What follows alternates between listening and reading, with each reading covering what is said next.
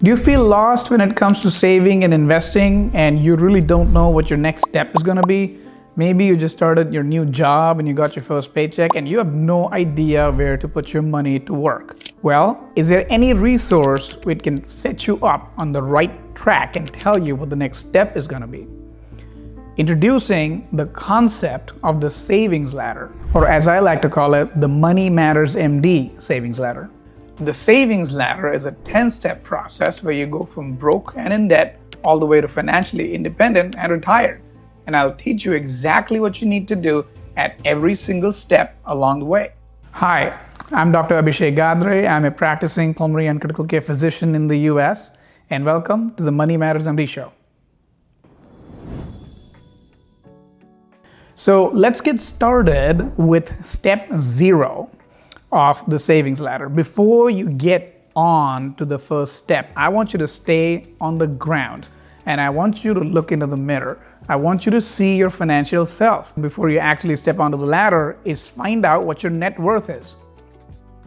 Just list all your assets, all the things you own, all the accounts you may have, savings or investing, or maybe you own a car, maybe you have a property, or maybe you have some other assets.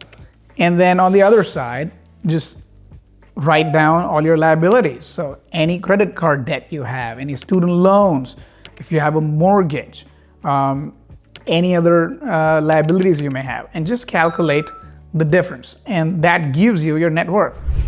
Well, a lot of people just starting out on the ground level, which is step 0, it's okay to have a negative net worth. A lot of people just start there. But if you don't know where you stand, you can't really go up the ladder. You can't ignore your financial self. You have to be confident enough to face yourself and look yourself directly into the mirror. You need to spend less than you earn and make a saving every month. That's just the foundation. And if you can't do that, you're not yet ready to step on the first step of the ladder. Next thing I want you to do before you actually step onto the ladder, you need a budget. Go ahead and open an Excel sheet and put in how much you make, put in how much you spend, and calculate how much you can save each month. I don't care if you have a $50,000 a year salary or a $1 million salary, or if you're an NFL player. You need a budget. Everybody needs a budget. I want you to save up to 20% of your salary, and I know that's a really hard number to achieve. Maybe you can start low and build up to it, but if you can save 20% of what you're making, you would be really set up to go up the ladder really fast and progress towards your goals. Now, there's a lot of people in the FIRE community, which is the Financial Independence Retire Early community, which save a lot more. And you can turbocharge your savings and jump up really high and can kind of have like an anti-gravity effect to say. So let's get on to step number 1 of the savings ladder. So now that you have a budget, you know how much you can save each month and you know how much you need to spend each month. I want you to save 3 to 6 months of emergency funds. I don't want you to invest it aggressively. You can just put it in a very safe place, just like a high yield savings account or a money market mutual fund. Well, don't worry about if you don't understand all the different types of investments right now. I will go into detail in every single step, and I'll make a separate video of each step in my channel so you can follow along. Now, step 2 of the savings ladder is getting your 401k employer match. So if you're employed and if your employer offers you a 401k plan, they might match 3 to 6% of your salary in your 401k plan. So I'll give you an example. So if you make $100,000 and your employer matches you up to 5% of your contribution. If you put $5,000 in your 401k plan, your employer will just throw in $5,000 for free. That means you contributed $10,000 that year in your 401k plan. Guess what? You're already on your track up to 10% savings that year. You just need to do 10 more % in the next steps. Why this step is so early is because you're getting 100% on your return. You put $5,000 in and you got $5,000 back right away. There is no other investment which does that.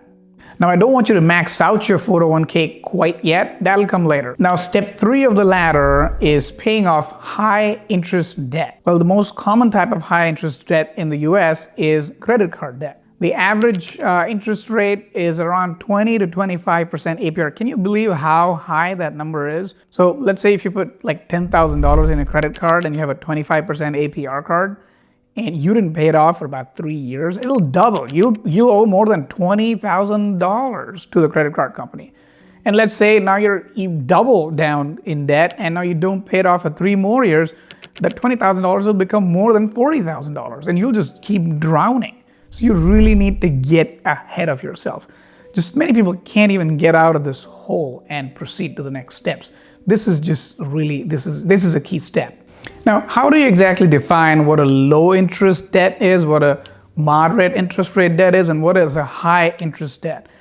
There is no clear cutoffs, but just for your reference, in my mind, if you have a less than 4% interest rate on your debt, that's a low interest rate. If it's anywhere between 4 and 8, you're in the moderate range, and more than 8, or certainly more than 10, is a high interest rate. And most credit cards definitely fall into that category. Now, if you have other debt, like student debt or you have car loans, I'd recommend you try to pay it off depending on which category of debt, how high or low your debt interest rate is. We're not going to include mortgage this early in the steps to get paid off. So now you're at step 4. Well, you're out of the hole. You're no longer in negative net worth territory. You paid off most of your high interest debt, and now you are in the accumulation phase. Now you're in the growth phase. So I want you to open the best type of tax advantaged account there is, which is the HSA account, the healthcare saving account. It is a triple tax advantage account. There's no tax on when you put money into the account. There's no tax when money grows in this account. And when time comes to withdraw this money, you don't get taxed at that time either. And money is not stuck in an HSA account like any other retirement accounts. You can actually access it for any healthcare emergencies. And you can actually invest it as well. It doesn't just sit in there just like a bank account. I'll display the current maximum limit for HSA contribution for the current tax year up on the screen. The next account I want you to open is a Roth IRA account. This is a great account. This is also a tax advantaged account. You put after tax money that you get in payroll that you've already paid taxes on, and you put money into this Roth IRA account, and if the money grows, you don't pay any taxes in the growth. And when you get deeper into savings and investing, you learn that a lot of the money that you save is the growth when it comes to retirement. And the Roth IRA is an excellent account. And I'm going to display the Roth IRA limits for this tax year up on the screen. Now, welcome to step 5. Now you're really getting aggressive here and kind of turbocharging your savings. Now is the time to go back to your employer 401k and max it out. And I'm going to display what the maximum contribution limit for this tax year is for 401k. Now, if you are a high income earner, you can really go to town in this step. There is just a long list of amazing options and complicated strategies that you can apply. Things like solo 401k, you can do a profit sharing plan, you can do a mega backdoor Roth 401k strategy, you could do a cash balance plan. This is just a gold mine of options for somebody who makes a high amount of money. Now, we'll talk about details of all of these different options in my future videos. So just keep watching. Step 6. Now, if you've still money left around, that's amazing. You've already passed halfway through the ladder and you're doing really, really well if you're at step 6. You should be really, really happy, and it's time to have some fun. Maybe you want to buy a new car, maybe you want to buy a new house, or you're looking forward to the next vacation. I want you to create an intermediate term savings account. And you can start saving in different time buckets, and you're kind of getting sophisticated now. So you want to save for short term, intermediate term, and long term. And you can even consider investing your money conservatively depending on the time horizon. So welcome to step 7. Now is the time to open a taxable brokerage account. Now a lot of people have a misconception and they prematurely open a taxable brokerage account even back in step 1. Now I think you should invest in all the tax advantaged accounts first before you actually reach the taxable brokerage account. The exception could be the FIRE community who wants to retire early, and let's say somebody wants to retire at age 50, they're not going to have access to their 401k plans or Roth IRA at that age. So they will have to accumulate a significant amount of money in their taxable brokerage account. Step 7 is also when you could consider alternative investments like investing in real estate if that's something you're up for. But that's not really mandatory. You can really do just fine with all the other accounts and investing in the stock market. Step 8. So step 8 is paying off your low interest rate debt.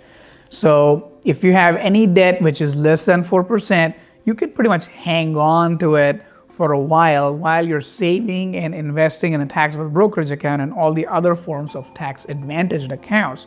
And you will most likely be able to beat the interest rate of a low interest debt. If you have an intermediate interest rate debt between 4 and 8%, again, these limits are not rigid, but I think that's more of a conversation and a case-by-case basis and what your individual preferences are. This is the step where I would consider paying off your mortgage and owning your home outright before you proceed to retire. Is this easy from a cash flow perspective and practicality perspective to not have a mortgage payment when you're in retirement? Hey, so I don't want you to think of the savings ladder as a very rigid thing. All the steps in the savings ladder, you might find that most of you are on more than one step at the same time, like you're trying to pay your mortgage off and try to invest in a taxable brokerage account at the same time, or maybe you even have a rental property. And that's totally fine. As long as you're moving generally upwards in the ladder, I think that's a very efficient way of doing things. So welcome to step 9. So you really turbocharged and you were in the hyperaccumulation phase from step 4 to step 8.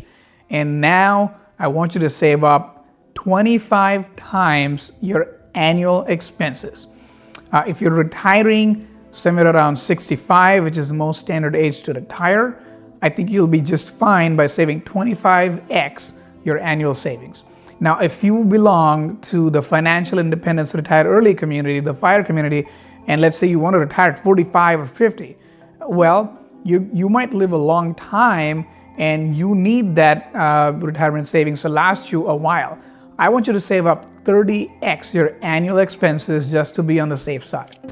Well, welcome to step 10. You have arrived to the top of the ladder. Now it's time to spend down all your retirement assets and all the money that you've accumulated, and it's time to give. So comment down below which step of the savings ladder you are in right now. And I'm gonna make future videos for, again, every single step, and I'll go in detail of what those steps entail. So follow along, like, share, and subscribe my channel. For more interesting personal finance content, please follow the Money Matters MD show. Thank you so much for your time. Over and out. The Money Matters MD show is for educational and entertainment purposes only. This is not financial, legal, tax, or medical advice. The opinions and views presented on this channel do not represent my employers or affiliates in any way.